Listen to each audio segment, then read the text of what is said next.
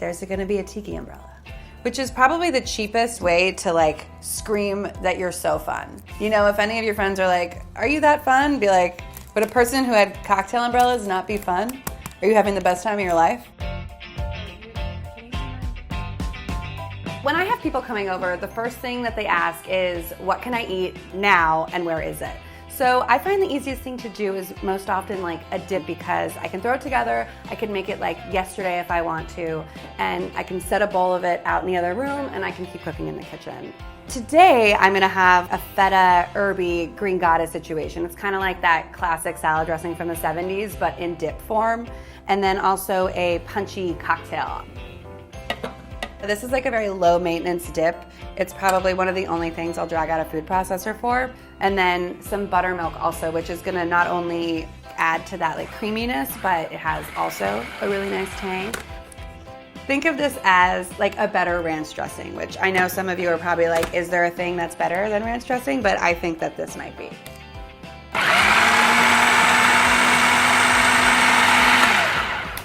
So now that we're there, I'm gonna add all of my herbs. So there's parsley and cilantro and tarragon.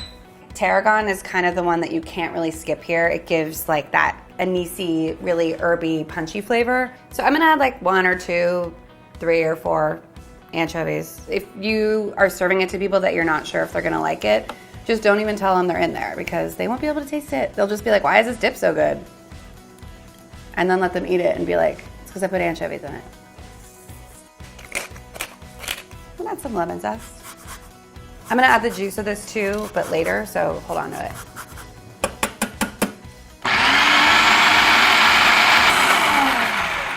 Okay, so now my dip is at what I think is the ideal texture, which is thick, not too thick, runny, not too runny. And I'm gonna just season it one more time with salt and pepper, and I'm gonna add a little lemon juice at the end. So really there's nothing that doesn't go with dip, obviously, but I'm a really big fan of really nice raw vegetables. You kind of want to just like stick to the vegetable's natural shape. So if it's like these guys, cut them in half so they stay like real cute. And you can even leave some of these whole, these really nice skinny guys, or you can cut them in half because they look really beautiful on the inside, just like all of us. And then what would a party be without a radish? If you see people getting rid of the tops, just remind them gently that you can eat them. Also cute, baby fennel. I mean, could it be cuter? Endive and lettuces are really great also. Don't call it a hand salad, it's not what this is about, but you can cut them into wedges or, you know, like little cups for dipping. And then I'm gonna finish the dip with some parsley, a little bit of olive oil. I also have, like, I like to season my vegetables ahead of time. Sometimes if I put lemon on them now, like they can get kind of wet and people are like, my hands are wet, and so you don't want to deal with that. But you can set a little bit of lemon out if people want to like squeeze and dip or something, you know.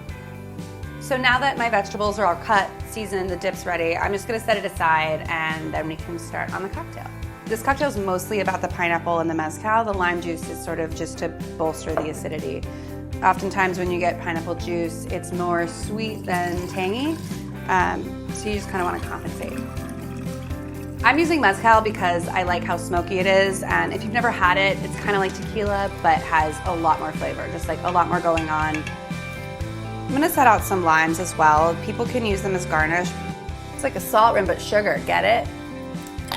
You wanna go like maybe half up, seltzer.